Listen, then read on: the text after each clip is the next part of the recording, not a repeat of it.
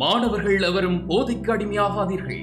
அடிமையானவர்கள் மீண்டதாக சரித்திரமில்லை. எனவே உங்களையும் சமூகத்தையும் பாதுகாத்துக் கொள்ளுங்கள். உங்கள் நலன் கருதி கல்வி டிவி. வணக்கம் மாணவ செல்வங்களே, எப்படி இருக்கிறீங்க? சுகமாக இருக்கிறீங்களா? சந்தோஷமாக இருக்கிறீங்களா? ஓகே, இப்பொழுது எங்களை புயல் அபாயமெல்லாம் நீங்கள் விட்டது என்ன? இப்போ நீங்கள் சந்தோஷமாக இருக்க வேணும். இதுக்கு இறைவனுக்கு நன்றி சொல்ல வேணும். என்ன, எங்களை காப்பாற்றியதுக்கு இந்த நாளும் இறைவனுக்கு எல்லாவற்றுக்கும் நன்றி சொல்ல வேணும். என்ன, பெரும் ஆபத்துகள் அனர்த்தங்கள் இருந்து எங்களை பாதுகாத்ததுக்கு இறைவா நன்றி. அதேமாதிரி நல்ல அப்பா அம்மாவை தந்ததுக்கு நன்றி, எனக்கு நல்ல சூழ்நிலையை தந்ததுக்கு நன்றி என்று எப்போவும் இறைவனுக்கு நன்றி சொல்லி கொண்டிருக்க வேணும். என்ன, விளங்குதானே? ஓகே, அன்றைக்கு நான் காலையில் சூறாவளி பற்றி உங்களுக்கு நான் சொல்லி தந்திருந்தேன். நான் என்ன மேலோட்டமாக என்ன புவியியல் ஏஎல் படிக்கும்போது நிறைவாக அது நுணுக்கமாக படிக்கலாம். என்ன, ஒரு சூறாவளி ஏற்படுகின்றது, என்ன அது தோன்றுவதற்கு எவ்வாறு தோன்றி பிறகு எவ்வாறு செயற்படுது என்று சொன்னேன். என்ன, அதனுடைய அனர்த்தங்க இயற்கை இடர்களில் நான் முன்னுக்கு உங்களுக்கு விளங்கப்படுத்தியிருக்கிறேன். என்ன, ஆகவே அதை பார்த்து கொள்ள வேணும் கட்டாயம். ஒவ்வொரு வருடமும் இந்த இவையெல்லாம் தவிர்க்க முடியாத கேள்விகள், இயற்கை அனர்த்தங்கள் என்ன தவிர்க்க முடியாத இருக்குது.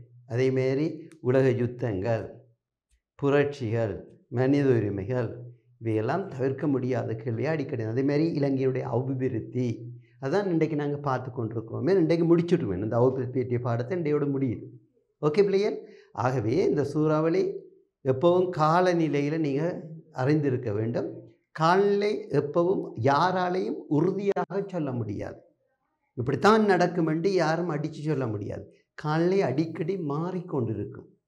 இப்போ நாங்கள் நிச்சயமாக புயல் வரும், புயல் வராது என்று நாங்கள் சொல்ல முடியாது. மழை வரும், மழை வராது என்றெல்லாம் சொல்ல முடியாது. அது காலநிலை அடிக்கடி மாறிக்கொண்டிருக்கும். நாங்கள் நிதானிக்கண்டால் ஓரளவு நாங்கள் சொல்ல முடியும். இப்படி நடக்கலாம் என்றெல்லாம் நடக்கும் என்று சொல்ல முடியாது, நடக்கலாம். காலநிலையை பொறுத்தளவில் அது கேள்விக்குறியாகத்தான் இருக்கும். என்ன, பெரும்பாலும் நாங்கள் நிதானிக்கிறது நடக்கும், ஆனால் உறுதியாக 100% நடக்கும் என்று அல்ல. விளங்குதா பிள்ளைகள்? ஓகே, அப்போ காலநிலையையும் பற்றி நீங்கள் இயற்கை அனர்த்தங்களையும் பற்றி நிறைய விளங்கியிருக்க வேண்டும். சரியா? ஓகே, சாப்பிட்டீங்களா? படிக்கிறதுலாம் ரெடியாக இருக்கிறீங்களா? ஓகே, கெட்டிக்காரர் நல்ல பிள்ளைகள். என்ன, படிக்கிறதுக்கு எப்பவும் உற்சாகமாக இருக்க வேணும். என்ன, அங்கங்கே பெறாக்கு பார்க்காம என்ன பாடத்தையே கவனித்து கொண்டு இருக்க வேணும். சரியா பிள்ளைகள்? ஓகே, அப்போ இன்றைக்கு நாங்கள் அபிவிருத்தியில் இறுதி கட்டத்துக்கு நாங்கள் வந்திருக்கிறோம் பிள்ளைகள். அதில் பிரதேச அபிவிருத்தி பற்றி நாங்கள் பார்க்க இருக்கின்றோம். என்ன, இதற்கு முதல் பார்த்தெல்லாம் இங்கே பிள்ளைகளுக்கு ஞாபகம் இருக்குதோ? இந்த நாங்கள் இதில் பார்த்த நாங்கள் என்னென்ன ஒன்று சுகாதாரத்தில் என்னென்ன நடவடிக்கைகள், சுகாதாரத்துறையில் என்னென்ன நடவடிக்கைகள் எடுக்கப்பட்டன, அதுக்கு முதல் கல்வியில் என்னென்ன நடவடிக்கைகள் எடுக்கப்பட்டன என்ன என்றெல்லாம், அதுக்கு முதல் போக்குவரத்தில் என்னென்ன நடவடிக்கை, போக்குவரத்தின் தொடர்பாடல்களையும் என்னென்ன நடவடிக்கைகள் எடுக்கப்பட்டன என்றெல்லாம் பார்த்துருக்கிறோம். என்ன, இதை அடிப்படையாக கொண்டு தான் உங்களுக்கு கேள்வி வரும். அப்போ கடைசியாக நாங்கள் பார்த்தது சுகாதாரத்துறையில் எடுக்கப்பட்ட நடவடிக்கைகள் என்னென்று பார்த்த நாங்கள். இப்போ நாங்கள் இன்றைக்கு பார்க்கறது பிரதேச அபிவிருத்தி பற்றி பார்க்க போகிறோம். அதுக்கிடையால் உங்களுக்கு வினாக்கள் வினாவப்பட்டிருக்கு, பார்த்துக்கொள்வோம். இதுக்குள்ளே கூடுதலாக வினா கேட்பார்கள். இந்த கட்டமிடப்பட்ட இந்த பகுதியை நீங்கள் கட்டாயம் கவனம் செலுத்தி அதுக்குரிய விடைகளை தேடி எடுத்துக்கொள்ள வேண்டும். விளங்குதா? இப்போ இலங்கையில் மானிட வளங்களினை விருத்தி செய்வதற்காக நடைமுறைப்படுத்தப்பட்ட 5 செயற்பாட்டு முறைகள் இப்போ உங்களுக்கு சொல்லியிருக்கிறேன். மானிட அபிவிருத்தி வளங்களினை விருத்தி செய்வதற்கு, மானிட எங்களை மக்களுடைய வளங்களை விருத்தி செய்வதற்கு எடுக்கப்பட்ட நடவடிக்கை அதுதான் நீங்கள் பார்த்துருக்கோம். சுகாதாரத்தில் என்ன நடவடிக்கை எடுக்கிறேன், அது மானிட அபிவிருத்தியை சார்ந்தது. என்ன, மனிதன் சுத்தமாகவும் சுகமாகவும் இருந்தால் தான் அவன் நோயுள்ளற்றவனாக, என்ன வீரம் செறிந்தவனாக, அழகு மிக்கவனாக, நல்ல பண்பு மிக்கவனாக அவனால் வாழ முடியும். இனே அவன் தன்னையும் தன்னுடைய குடும்பம், தன்னுடைய சமூகம், தன்னுடைய நாட்டையும் அவனால் தன்னுடைய சேவைகள் மூலம் பங்களிப்பு செய்து அபிவிருத்தி அல்லது மேம்பாடு அடைய செய்ய முடியும். என்ன, ஆகவே சுகாதாரத்தில் என்னென்ன துறை ஏற்படுத்தப்பட்டன 5 தானே கேட்டிருக்கிறாங்க. இப்போ தனியாக சுகாதாரத்தில் மட்டும் எழுதாமல் கல்வியில் என்னென்ன நடவடிக்கைகள் மேற்கொள்ளப்பட்டிருக்கின்றன, அதேமாரி போக்குவரத்தில் என்னென்ன நடவடிக்கைகள் இருக்குது. போக்குவரத்து என்போது அது 4 துறைகளாக இருக்கு. என்ன, தரைவழி அதில் 2, அடுத்தது நீர் போக்குவரத்து, ஆகாய போக்குவரத்து. என்னென்ன மாற்றங்கள் ஏற்படுத்தப்பட்டன என்பதில் நீங்கள் தெரிந்து எல்லாத்துலேயும் தெரிந்து எழுதணும். தனியாக ஒன்றில் மட்டும் எழுதக்கூடாது. இதெல்லாம் மனித அபிவிருத்திய செயற்பாட்டு முறைகளை விளக்குக. என்ன மாதிரி அது மனித அபிவிருத்தியான மனித மேம்பாட்டை ஏற்படுத்துவதற்கு இவையெல்லாம் அவசியம்தானே. மனித மேம்பாட்டுக்கு போக்குவரத்து அவசியம், கல்வி அவசியம், சுகாதாரம் அவசியம், தொடர்பாடல் அவசியம், என்னவைகள்.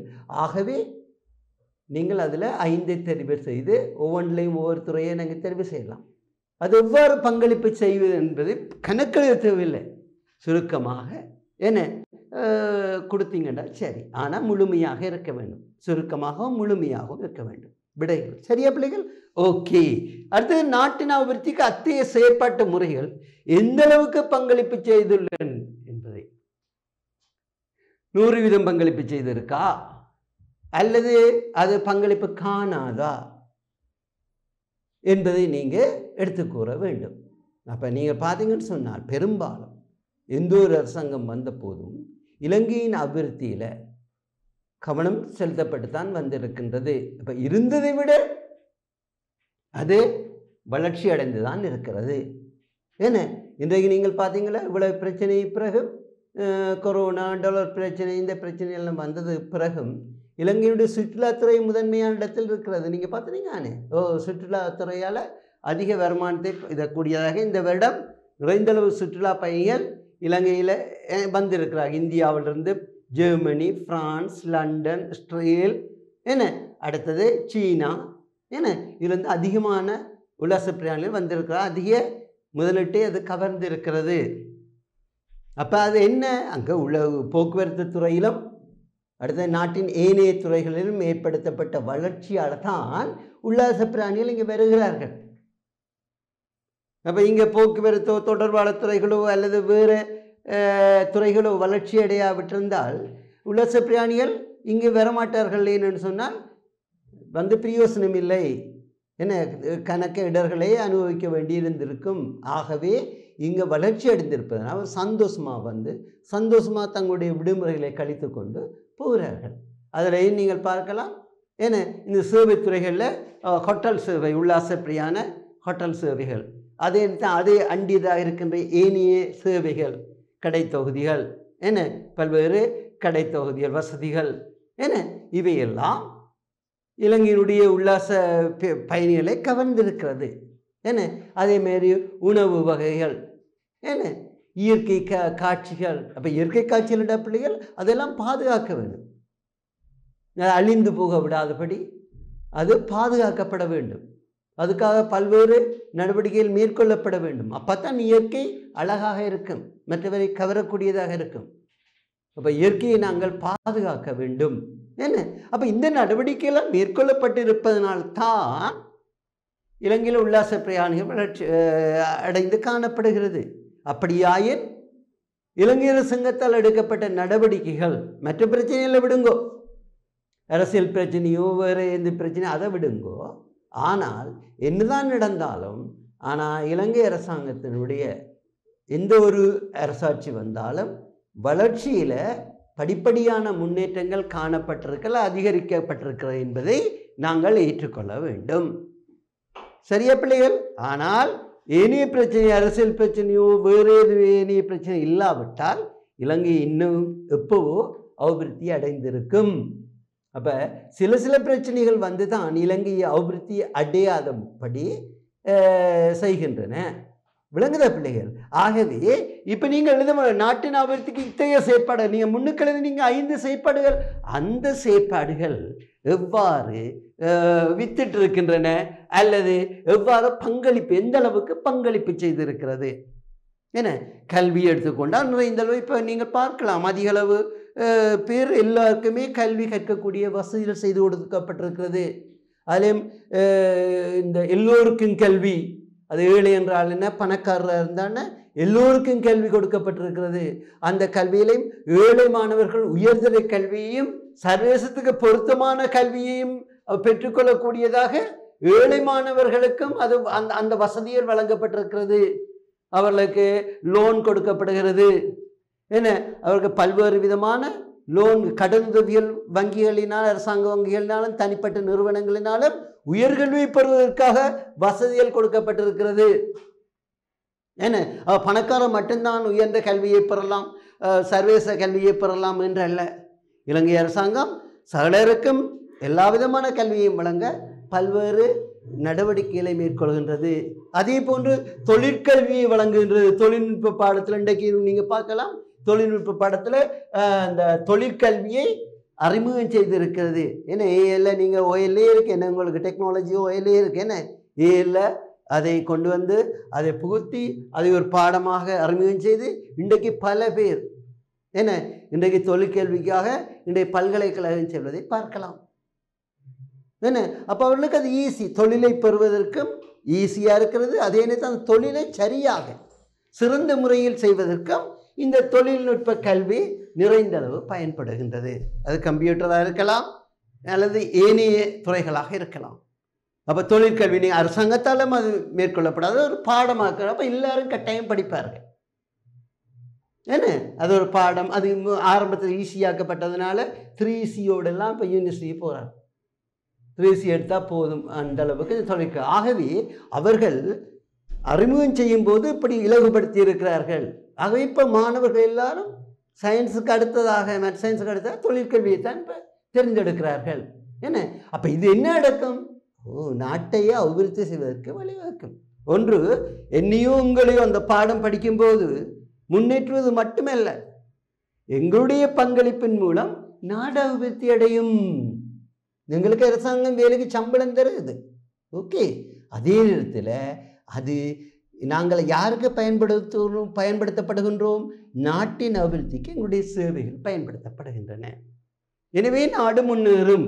அதே போன்று நீங்கள் பார்க்கலாம், என்ன பல்கலைக்கழகத்தில் மாணவர் தொகையை அதிகரித்தல், பாடசாலை விட்டு விளையோருக்கான தொழிற்பயிற்சி நிலையங்களை அமைத்தல், என்ன அப்போ எல்லாருமே படிக்கலாம், எல்லாருமே எல்லா கல்வியும் படிக்கலாம், எல்லோருக்கும் வேலைவாய்ப்பை பெற முடியும், எல்லோருக்கும் வருமானத்தை பெற முடியும். அதே நேரத்தில் படித்தவர்களால் திறமையாகவும் சரியாகவும் அந்த வேலையை செய்ய முடியும். ஆகவே அதற்கான பயிற்சிகள் அனைத்தும் சிறந்த நிபுணத்துவத்தை கொண்டு, நிபுணர்களை கொண்டு சிறந்த பயிற்சிகள் எல்லாம் வழங்கப்படுகின்றது. அப்போ கல்வி இதனால் வளர்ச்சி அடைவதோடு எல்லோரும் கற்கக்கூடியதாக இருப்பதோடு அது நாட்டுக்குரிய கல்வியாகவும் இருக்கிறது, அதே நேரம் சர்வதேசத்துக்குரிய கல்வியாகவும் இருக்கிறது. வெளிநாட்டுக்கு போனாலும் நீங்கள் பயப்படாமல் நீங்கள் வேலை செய்யக்கூடியதான பயிற்சிகள் எல்லாம் இங்கே கொடுக்கப்படாத அரசாங்கத்தாலோ தனியார்னாலோ கொடுக்கப்படுகின்றது. இன்றைக்கு அதிகமான மாணவர்கள் இன்றைக்கு உல்லாச பிரயாண கைத்தொழில் முக்கியத்துவமாக இருப்பதனாலே இன்றைக்கு பல்கலைக்கழகத்திலும் ஒரு துறையாக்கி இருக்கிறார்கள். உல்லாச பிரயாணம் கைத்தொழிலுக்கான துறையாக்கப்பட்டு என பிறகு அதில் நிறைந்த பல்கலைக்கழகத்தில் பட்டங்கள் கொடுக்கின்றது, பயிற்சி அளிக்கப்படும். அதே நேரத்தில் இலங்கை அரசாங்கத்தின் உல்லாச பிரயாண கைத்தொழில் கூட்டுத்தாபனம் பாடசாலையை விட்டு விலகியோர்களுக்கெல்லாம் 3 மாத டிப்ளமோ பயிற்சிகள், என்ன ஹோட்டல் மேனேஜ்மெண்ட், என்ன ஹோட்டல் முகாமைத்துவம், அதில் பல்வேறு பாடங்கள்லாம் கொடுத்து அவர்களை அடிப்படை அறிவை கொடுத்து அவர்களை நல்ல வேலைகளை 5 ஸ்டார் ஹோட்டல்லையோ எங்கேயோ நல்ல வேலைகளை பெற்றுக் கொடுக்கக்கூடியதாக இருக்கிறது. பெறுகின்றார்கள், வேலை செய்கின்றார்கள். ஆனால் சிறந்த பயிற்சியில் அரசாங்கத்தால் இலவசமாக வழங்கப்படுகிறது. என்ன அப்போ இது பேருங்க நிறைந்தளவு வேலை வாய்ப்பை பெற்றுக்கொள்கிறாங்க இளைஞர் யுவதிகள்.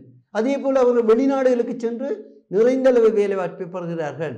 இப்படியாக தாதியர் பயிற்சி, என்ன இப்படி பல்வேறு பயிற்சிகள். அதே நேரத்தில் நீங்கள் பார்க்க ஏனைய பயிற்சிகள் எல்லாம் இந்த தொழிற்கல்வியின் மூலம் வழங்கப்பட்டு நாட்டை அபிவிருத்தி செய்வதற்கான நடவடிக்கைகள் எடுக்கப்படுகின்றன.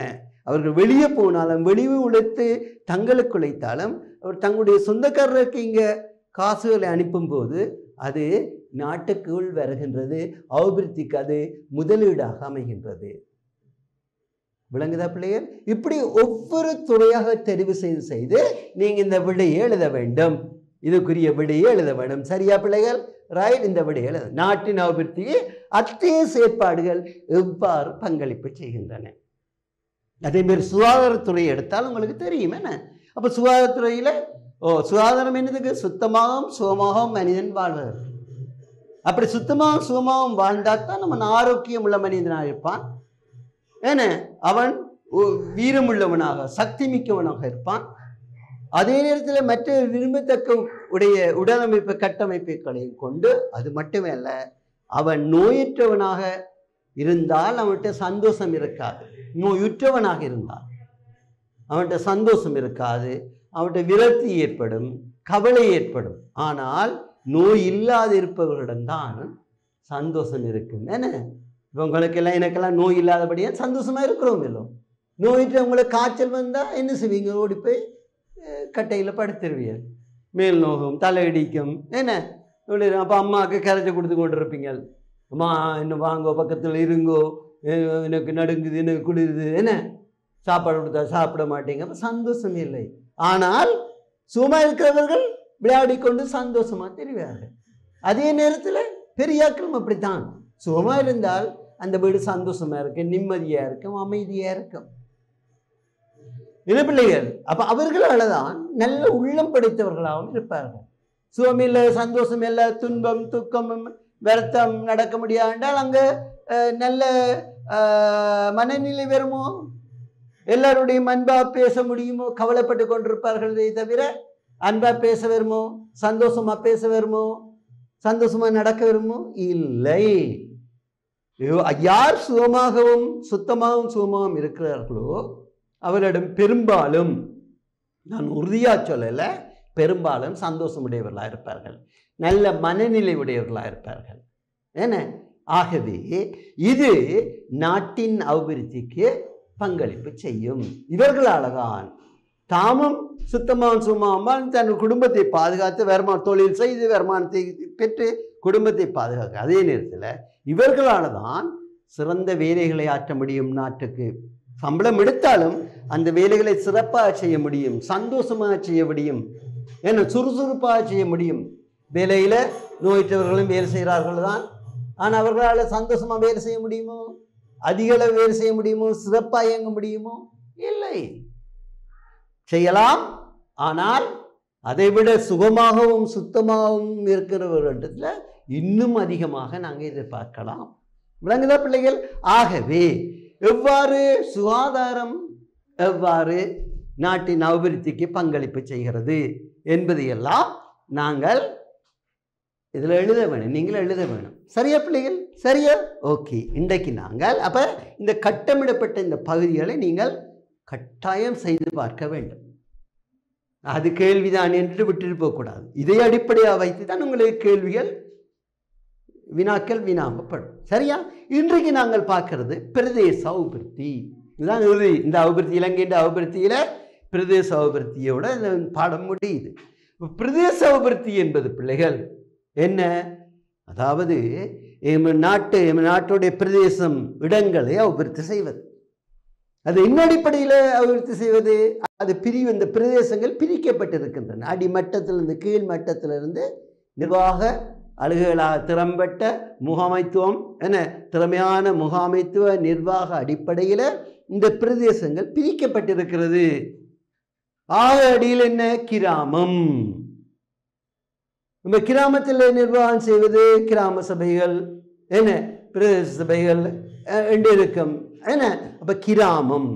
கிராமத்துக்கு அடுத்ததாக நகரம், நகரத்துக்கு அடுத்ததாக மாநகரம், என்ன அதுக்கு பிறகு மாவட்டம், அதுக்கு பிறகு மாகாணம், எல்லாம் சேர்த்தது தேசியம். தேசியம் என்ற அனைத்தும் இந்த அடிப்படையில் பிரிக்கப்பட்டிருக்கு, நிர்வாகங்கள் பிரிக்கப்பட்டிருக்கிறது. அப்போ அடியில் கிராமம், கிராமத்துக்கு அடுத்ததாக நகரம், நகரத்துக்கு அடுத்ததாக மாநகரம், மாநகரத்துக்கு அடுத்ததாக மாவட்டம், மாவட்டங்கள் அனைத்தும் சேர்ந்தது தேசியம், நாடு. தேசியம் என்பது எல்லாத்தையும் உள்ளடக்கிய நாடாகும். இதுதான் அந்த பிரதேசம் எனப்படுவது. இப்ப நாட்டு பிரதேசம் என்றால் இவையெல்லாம் அதில் இடம்பெறும். நிர்வாக அலுவலாக இவை பிரிக்கப்பட்டிருக்கிறது. இனிமேதான் பிள்ளைகள் பாருங்கோ, பிரதேச அபிவிருத்தி பணியினை இலகுவாக்குவதற்காக. அப்ப இந்த நாட்டை அபிவிருத்தி செய்யத்தான் வேணும். அபிவிருத்தி என்பது நாட்டை மேம்படுத்த வேண்டும். ஏனைய வளர்ச்சி அடைந்த நாடுகள் போன்று எமது நாட்டையும் வளர்ச்சியுற்ற நாடாக மாற்ற வேண்டும் அல்லது மேம்படுத்த வேண்டும். எனவே மேம்படுத்துவதாயின் அந்த பணியினை மேம்படுத்துவதற்கான பணியினை இலகுவாக மேற்கொள்வதற்கு நாங்கள் என்ன செய்ய வேண்டும்? சின்ன சின்ன பிரித்து பிரதேசங்களை ஒரு சிறந்த முகாமைத்துவ நிர்வாக அடிப்படையில் அலகுகளாக பிரிக்கிறார்கள். அந்த அலகுதான் கிராமம், அடுத்தது நகரம், மாநகரம், மாவட்டம், அடுத்தது மாகாணம், அடுத்தது நாடு அல்லது தேசியம். இப்போ விளங்குதோ? இப்போ பிரிவுகள் விளங்குதோ? ஓகே. ஆகவே தான் பிள்ளைகள் பிரதேச அபிவிருத்தி பணியினை இலகுவாக இலங்கையில் கிராமங்கள், கிராம சேவக பிரிவுகள், பிரதேச செயலாளர் பிரிவுகள், மாவட்டம் மற்றும் மாகாண நிர்வாக பிரிவுகள் அமைக்கப்பட்டுள்ளன. இதை போலவே தேசிய மட்டத்திலிருந்து பிரதேச மட்டம் வரையும் அபிவிருத்தி செயல்கள் பரவலாக்கப்பட்டிருக்கின்றன. அப்ப இங்க பிரதேசம் என்று குறிப்பிடுவது என்னன்னு சொன்னால் ஆக அடிமட்டத்தில் கிராமம். அப்ப கிராமம் மட்டும் பிரதேசம் இல்லை. அப்ப இங்க பார்க்கறது பிரதேசம் என்பது ஒரு இடம். நாங்க ஒரு இடத்தை தான் பொதுவாக பிரதேசம் என்று கூறுவோம். சொற்கள் கவனமாக இருக்கணும், சரியான கருத்தை கொடுக்க வேண்டும். பிரதேசம் என்பது இடம், அதுக்கு அடுத்த பேர் இடம். அப்ப இது இடம் பல்வேறு இடங்களாக பிரிக்கப்பட்டிருக்கின்றன. கிராமம், கிராம பிரிவு, ஜிஎஸ் பிரிவு உங்களுக்கு தெரியும். என்ன, பல்வேறு கிராமங்கள் சேர்ந்த ஒவ்வொன்றும் அதை இங்கிலீஷில் ஜிஎஸ் என்று சொல்லுவோம். கிராம சேவகர் பிரிவு. என்ன, கவர்மெண்ட் சர்வெண்ட் என்று சொல்றாரு. கிராம சேவகர் பிரிவு. இப்போ நிலதாரி என்று ஒரு பேர் வச்சிருக்கிறார்கள். நிலதாரி சிங்களத்தில் என்ன, கிராம சேவகர்.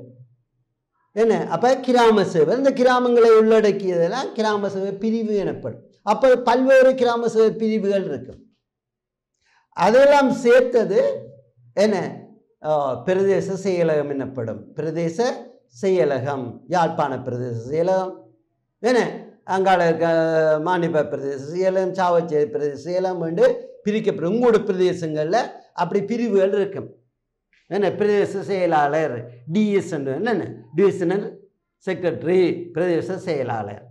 அது பல்வேறு கிராமங்களை உள்ளடக்கி இருக்கும் பிள்ளைகள். உங்களோட இப்போ ஊரில் உங்களோட பிரதேசம் என்ன, அந்த உங்களோட இடத்துல நீங்கள் வாழ்கின்ற பிரதேசம் என்பது நீங்கள் வாழ்கின்ற இடம். பிரதேசம் என்பதற்கு அடுத்த சொல் இடம். அந்த இடத்துல என்ன பல்வேறு கிராமங்கள் இருக்கும். என்ன, பல்வேறு குடும்பங்கள் சேர்ந்து ஒன்று சேர்ந்து வாழ்வதைத்தான் கிராமம் என்போம். தனி குடும்பம், கூட்டு குடும்பம், அதுக்கு பிறகு பல்வேறு குடும்பங்கள் எல்லாம் ஒன்று சேர்ந்து ஒரு பகுதியில் ஒரு பிரதேசத்தில் வாழும்போது அது கிராமம் என்போம். அப்படி பல்வேறு கிராமங்களை கொண்டது உதவி அரசாங்க அதிபர் பிரிவு என்று சொல்லுவோம். உதவி அரசாங்க அதிபர் பிரதேச செயலகம் என்று சொல்லுவோம். விளங்குதோ? அப்படி பல்வேறு பிரதேசங்கள் எல்லாம் சேர்ந்தது தான் மாவட்டங்கள் என்று அழைக்கப்படும். வேளாங்கல் மாவட்டங்களாக பிரிக்கப்பட்டிருக்கிறது. என்ன, அப்போ மாவட்டங்கள் என்று அழைக்கப்படும். அந்த மாவட்டங்கள் எல்லாம் இணைந்தது மாகாணம் என்று அழைக்கப்படும். ஏன்னா இலங்கையில் நீங்கள் பாவட மாவட்டங்கள் இணைந்தது மாகாணம் என்று கூறப்படும். அந்த மாகாணங்கள் எல்லாம் இணைந்தது தான் தேசியம் அல்லது நாடு என்று கூறுகிறோம். இந்த மாகாணங்கள் எல்லாம் ஒன்று சேர்த்தது தான் நாடு அல்லது நாட்டை எல்லாம் உள்ளடக்கி இருப்பதனால அடுத்த பேர் எல்லாவற்றையும் உள்ளடக்கி காணப்படுவதனால் பிள்ளைகள் அதுக்கு தேசியம். தேசியம் என்றால் அந்த நாட்டுக்கு அனைத்தையும் உள்ளடக்கியது, அந்த அனைத்தும் சொந்தமான, அந்த நாட்டுக்கு சொந்தமான தேசிய மக்கள், தேசிய இனம், அந்த நாட்டுக்கே உரித்தான என்றுதான் அந்த இனம், அந்த மக்கள். அப்போ அனைத்தையும் உள்ளடக்கியது தான் நாங்கள் தேசியம் என்று கூறுகிறோம். இப்போ விளங்குதா? இப்போ நேஷனல் விளங்குதா? இப்போ ஓகே. அப்போ இப்படித்தான் பிரிக்கப்படும். அப்போ இப்படி பிரிக்கப்பட்டு நாட்டை அபிவிருத்தி செய்வது, அந்த பணிகள் இலவாக்கப்பட்டிருக்கிறது. சாம்பார் மாதிரி இல்லாமல் எல்லாத்தையும் ஒன்று சேர்ந்து இதன்ற மாதிரி செய்யாமல், இப்போ சாம்பாரை செய்தால் அது சாப்பிட்றதுக்கு இலவாக இருக்கும். அது சாப்பாடு மட்டும்தான். எல்லா கறியும் உண்டாச்சது, வேலை மிச்சம், இது நேரம் மிச்சம் என்ன என்று சொல்லலாம். ஆனால் நாட்டை அபிவிருத்தி செய்வது சாம்பார் மாதிரி இருக்கக்கூடாது பிள்ளைகள். அது தனிப்பட்ட ரீதியில் பிரிக்கப்பட்டு, தனிப்பட்ட அலகுகளாக பிரிக்கப்பட்டு, அதில் நுணுக்கமாக தெரிவு செய்யப்பட்ட பணிகள் இடம்பெற வேண்டும். அவ்வாறு இடம்பெறும் போது தான் பிள்ளைகள் நாட்டு மக்களுக்கு அனைத்தும் கிடைக்கப்பெறும். நாட்டு மக்கள் சந்தோஷமாகவும் நிம்மதியாகவும் அமைதியாகவும் வாழ்வதோடு அவர்கள் நாட்டுக்கு தங்களுடைய குடும்பங்களுக்கு மட்டுமல்ல சமுதாயத்துக்கு மட்டுமல்ல ஒட்டுமொத்தமாக தேசியமாக நாட்டுக்கு அவர்களால் பங்களிப்பு செய்ய முடியும். எந்த வேலையாக இருந்தாலும் அவர்கள் மூலம் கிடைக்கப்படுகின்ற சேவைகள் நாட்டை அபிவிருத்தி செய்ய முக்கியமானதாக அமையும். உதாரணமாக வைத்தியர் எடுத்துக்கொண்டீங்கன்னா வைத்தியர் என்ன செய்கின்றார்? சுகாதார மருத்துவ சேவைகளை மேற்கொள்கிறார். அவர் மேற்கொள்ளும் போது சுகாதாரம் வைத்தியம் என்னும் போது சுத்தமாகவும் சுகமாகவும் வாழ்வதற்கு தான் சுகாதாரம். மக்கள் நோயற்றவர்களாக, மக்கள் தேக ஆரோக்கியம் உள்ளவராக, மக்கள் எதையும் செய்யக்கூடிய பலம் மிக்கவர்களாக, சக்தி மிக்கவர்களாக, அதே நேரத்தில் மக்கள் சந்தோஷமாக நோயிட்டு இருப்பதனால் அவர்கள் சந்தோஷமாக இருப்பார்கள். எனவே அவர்களால் சந்தோஷமாக எந்த வேலைகளையும் செய்ய முடியும். நீங்கள் பார்க்கலாம், சந்தோஷமானவர் நீங்களும் சந்தோஷமாக இருந்தால் தானே படிப்பீர்கள். என்ன பிள்ளைகள்? நீங்கள் படின்னு நீங்கள் விளையாடி கொண்டிருப்பீர்கள். அம்மா ஐயோ படி தம்பி அப்பா படி தம்பி என்றால் உங்களுக்கு பிடிக்காது, உடனே கோவப்படுவீர்கள். என்ன, நான் படிக்க மாட்டேன், நான் என்ன செய்ய போறீர்கள், நான் படிக்க மாட்டேன். அப்போ உங்களை கோவப்படுத்தி விட்டால் உங்களுக்கு சந்தோஷம் பெறுமோ? சந்தோஷம் இருந்தால் இல்லை, நீ படிக்கத்தான் வேணும், அப்பா இழுத்துக்கொண்டு அம்மா இழுத்துக்கொண்டு டியூஷனில் விட்டாலோ அல்லது வீட்டை நீ படிக்கத்தான் விட்டாலோ நீங்கள் சந்தோஷம் இல்லாமல் மன விருப்பம் இல்லாமல் இருக்கும்போது உங்களுக்கு படிப்பு வருமோ? படிப்பு வராது. ஏன்னா நீங்கள் பேசி கொண்டிருப்பீங்க, அம்மாவை பேசி கொண்டிருப்பீங்க, இல்லை அப்பாவை பேசி கொண்டிருப்பீங்க, அல்லது ஆசிரியரை பேசி கொண்டிருப்பீங்க. இந்த மனுஷன் தேவையில்லாமல் விதண்டாவன் கத்தி கொண்டு இருக்குது, அலட்டுது இந்த மனுஷன் கெதியாக முடிக்காதோ என்று ஆசிரியரை பேசிக்கொண்டு மனதால் திட்டி கொண்டு இருப்பீர்கள். அப்படியா? இல்லை, நீங்கள் நல்ல பிள்ளைகள், என்ன நீங்கள் கெட்டிக்கார பிள்ளையை நீங்கள் அப்படி செய்ய மாட்டீங்களா? எனக்கு நல்ல நம்பிக்கை இருக்குது. ஆனால் யார் சந்தோஷமாக இருக்கிறார்களோ பிள்ளைகள், அவர்களால் தான் அவர்கள் செய்கின்ற வேலைகள் எல்லாம் சந்தோஷமாக சிறப்பாக இடம்பெறும். அம்மாவுக்கு கோபம் வந்துட்டு அம்மாவுக்கு சந்தோஷம் இல்லைன்னா அப்படியே சமையல் கூட டேஸ்டாக இருக்காது. பார்த்தனே நானே வருத்தம் வேறு. சந்தோஷமாக இல்லாவிட்டால் அன்றைக்கு அம்மா சமைக்கிற சமையல் கூட டேஸ்ட் இல்லாமல் இருக்கு. அம்மா கோபத்திலேயோ அல்லது அம்மா மனவேதனையிலையோ அல்லது அம்மா விரக்தியிலையோ அங்கே சமைக்க வலிக்கிடும் போது அந்த சாப்பாடு டேஸ்டாக இருக்குமோ? இருக்காது. அதே போன்றுதான் நீங்கள் சந்தோஷமாக இல்லாமல் படிக்க வலிக்கிட்டீங்கன்னா அது சும்மா ஏதோ படிக்கிறன்றதை காட்டுறதுக்கோ அல்லது நேரத்தை போக்குவதற்கோ அல்லது மற்ற அம்மா அப்பா சொல்கிறாங்களோ ஆசிரியர் சொல்கிறான்றதுக்காக வேண்டி செய்ய வேண்டியோ நீங்கள் படிப்பீங்களே தவிர, ஆனால் மனதில் அது ஏறுமோ? ஏறாது. ஆகவே சந்தோஷமாக இருக்கிறவர்களால் தான் பிள்ளைகள் எதையும் சிறப்பாக செய்ய முடியும். அதே போன்று இலங்கையில் வாழுகின்ற மக்கள் நல்ல சுகாதாரம் உடையவர்கள். சுகாதாரம் என்பது சுத்தமாகவும் சுகமாகவும் வாழ்வதுதான் சுகாதாரம். அந்த சுகாதாரத்தோடு அவர்கள் வாழும்போது சந்தோஷமாக இருப்பார்கள்.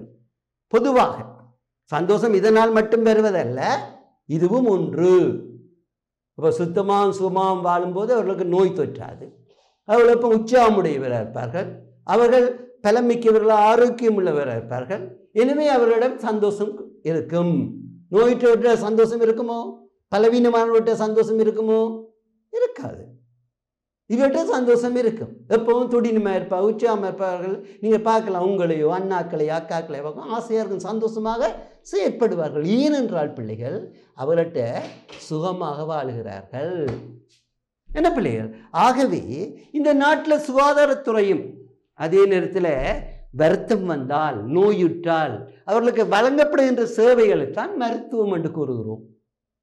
அப்போ அது நோயுற்றவர்களுக்கு, நோய் வராமாக்கள் இல்லை, நோயுற்றவர்களுக்கு சின்ன நோயிலிருந்து பெரிய நோய் வரையும் இருப்பவர்களுக்கு பல்வேறு மருத்துவ சேவைகள் வழங்கப்படுகின்றன. ஆப்ரேஷனில் இருந்து பல்வேறு விதமான நவீனத்துவ முறையான ஆப்ரேஷன் எல்லாம் செய்யப்படுகின்றன. என்ன இறக்க போன்ற மனிதனை தடுத்து நிறுத்தி அவனை மீண்டும் இயல்பு நிலைக்கு கொண்டு வருகின்றது. அதே நேரத்தில் அங்கு சைக்காலஜியின் அடிப்படை, உளவியல் அடிப்படையில் அவருடைய உளத்திற்கும் இது அளிக்கப்படுகின்ற மருத்துவ சேவைகள் வழங்கப்படுகின்றன. எனவே அவனை உடல் ஆரோக்கியமாக மட்டுமல்ல, அவன் உள ஆரோக்கியம் உள்ளவனாகவும் அவன் நாட்டுக்கு சிறப்பான ஒரு நற்பெயராக்குவதற்கு இந்த சுகாதாரத்துறை நிறைந்த அளவு பங்களிப்பை செய்கின்றது. என்ன, ஆகவே தான் பிள்ளைகள் என்ன செய்ய வேண்டும்? இந்த பிரதேச அபிவிருத்தி என்பது அடிமட்டத்திலிருந்து கிராமத்திலிருந்து நாடு பூராகவும், கிராமத்திலிருந்து நாடு பூராகவும் தேசியமாக என வளர்க்கப்பட வேண்டும், மேம்படுத்தப்பட வேண்டும். அப்ப மேம்படுத்த பல்வேறு திட்டங்கள் மேற்கொள்ளப்பட வேண்டும். அது நல்ல முறையில் முகாமைத்துவம் செய்து அது செயற்படுத்தப்பட வேண்டும். அவ்வாறு செயற்படுத்தப்படும் போதுதான் நாடு என விரைவாக அபிவிருத்தி அடைய முடியும். எனவே தான் பிள்ளைகள் என்ன நடக்கப்படுகின்றது, பிரதேச அபிவிருத்தி என்ற அடிப்படையில் இன்றைக்கு நீங்க பார்க்கலாம், கிராமம் நகரம் என்ற ரீதியில் இன்றைக்கு பல்வேறு நடவடிக்கைகள் இன்றைக்கு மேற்கொள்ளப்பட்டு வந்திருக்கின்றன. கடந்த அரசாங்கங்களினால் பல்வேறு அபிவிருத்திக்கான பல்வேறு நடவடிக்கைகள் செயற்படுத்தப்பட்டு வந்திருக்கின்றன. கிராமத்தில் என்னென்ன நடவடிக்கைகள் மேற்கொள்ளப்பட்டு வந்திருக்கின்றன, நகரத்தில் என்னென்ன நடவடிக்கைகள் மேற்கொள்ளப்பட்டு வந்திருக்கின்றன என்பது இங்கே போடப்பட்டிருக்கிறது. இப்போ கிராமம் என்னும்போது அதுதான் ஒரு நாட்டினுடைய முதுகெலும்பு. முதுகெலும்பு இயங்குவதற்கு அவசியமானது. முதுகெலும்பில் ஏதாவது பாதிப்பு வந்தால் இயக்கமே ஒருவருமே நடக்க முடியாது. ஆகவே நாட்டினுடைய கிராமங்கள் ஒரு நாட்டுக்கு முதுகெலும்பு போன்றது. அங்கிருந்து தான் எல்லாம் உற்பத்தி செய்யப்பட்டு நகரத்துக்கு நாட்டுக்கு கொண்டு வரப்படுகின்றது. அப்போ அடிமட்டமும் ஆணிவேரும் கிராமங்கள். எனவே கிராமங்கள் பல்வேறு முறையாக வளர்ச்சியடைய செய்யப்பட வேண்டும் என்பதற்காக இந்த நடவடிக்கைகள் மேற்கொள்ளப்பட்டிருக்கு. பிள்ளைகள் பார். அதே போன்று நகரங்கள், இதை நாங்கள் அடுத்த வகுப்பில் நாங்கள் பார்ப்போம். நீங்கள் வாசித்து வைத்துக் கொள்ளுங்கள். அடுத்த வகுப்பில் நாங்கள் இதை ஒவ்வொன்றாக விளங்கப்படுத்துவோம். சரியா பிள்ளைகள்? கட்டாயம் வாய்ச்சி வச்சிருக்க வேண்டும். அடுத்த முறை நான் கேள்வியாக கேட்கும்போது உங்களால் பதில் சொல்லக்கூடியதாக இருக்க வேண்டும். சரியா என்று கூறி உங்களிடமிருந்து விடைபெறும் ஆசிரியர் நான் எம் இக்னேசியஸ். வணக்கம் பிள்ளைகள், நன்றி. கல்வி டிவியில் புத்தம்புது நிகழ்ச்சிகளை உடனுக்குடன் பார்த்து மகிழ எமது ஃபேஸ்புக் மற்றும் யூடியூப் பக்கத்தை லைக் செய்யுங்கள்.